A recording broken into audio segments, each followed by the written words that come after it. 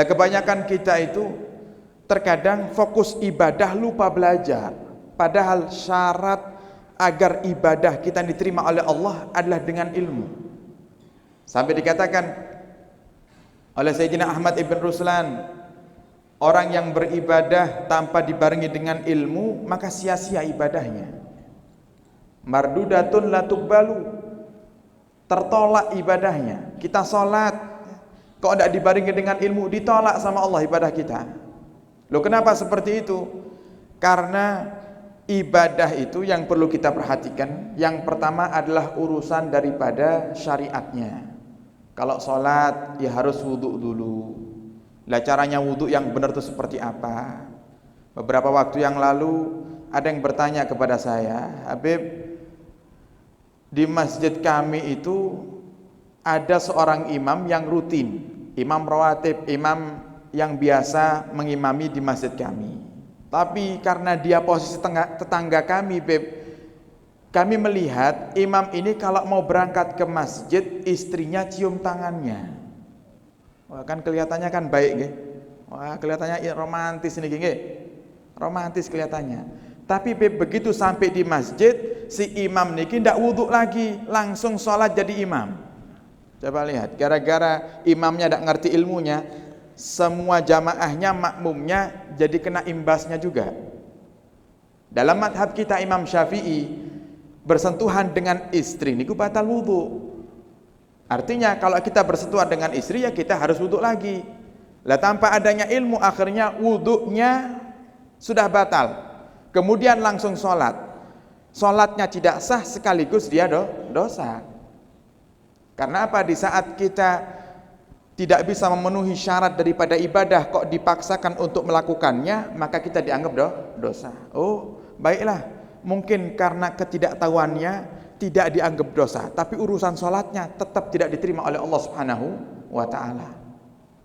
Maka dari itu belajar ilmu itu penting. Maka kita harus bersyukur Allah sudah pilih jenengan semuanya ini mau ngaji, itu sudah nikmat yang luar biasa.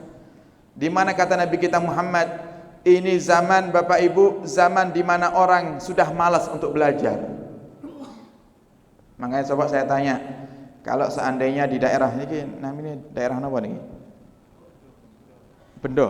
Ya, seandainya di daerah Bendo persis jam sekian, jam berapa ini? Jam 6.40 ada konser dangdut. Di masjid ini ada ngaji bareng bersama kami.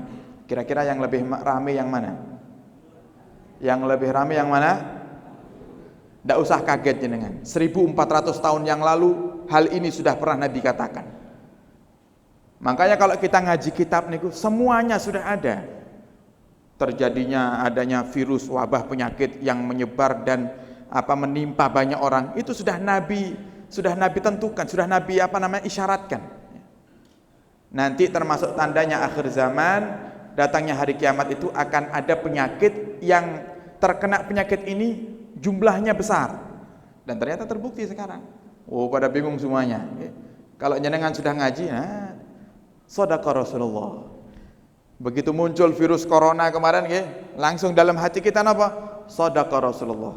Benar apa yang dikatakan oleh Rasulullah sallallahu alaihi wasallam. Nabi sudah katakan, sayati alaikum zamanun. Dalam riwayat sayati ala ummati zamanun yafirruna minal ulama, akan datang suatu masa kepada umatku itu yang nanti mereka lari dari para ulama. Disuruh ngumpul sama para ulama niku malas. Kadang juga ustadznya yang datangi kampung kita ngajinya pun juga masih malas. Itu sudah dikatakan sama Nabi Muhammad, hatta yabtaliyahumullahu bisalati baliyat. Kalau sudah muncul orang-orang yang tidak mau duduk bersama para ulama, kata Nabi Muhammad, Allah akan berikan musibah kepada mereka 3. Dan ini yang perlu kita sadari, kira-kira musibah ini ada atau tidak pada diri kita. Jika ada, berarti itu karena kita jarang ngaji. Apa kata Nabi Muhammad yang pertama? Kalau kita tidak mau duduk sama para ulama, kata Nabi Muhammad, yarfa'ullahul barakah min kasbihim. Allah akan cabut keberkahan daripada hasil kerjanya. Allah akan cabut keberkahan dari umurnya, Allah akan cabut keberkahan dari keluarganya. Semua keberkahan Allah cabut. Nah, tapi terkadang kalau tidak kita bandingkan hidup kita dengan hidup orang dahulu, kita tidak sadar kalau keberkahan dalam hidup kita ini sudah dicabut sama Allah Subhanahu wa taala. Nah, sekarang kita bandingkan. Waktu kita niki berkah napa mboten? Nggih. Hasil kerja kita ini berkah apa tidak? Kita bandingkan dengan orang-orang dulu, orang-orang soleh di masa dahulu.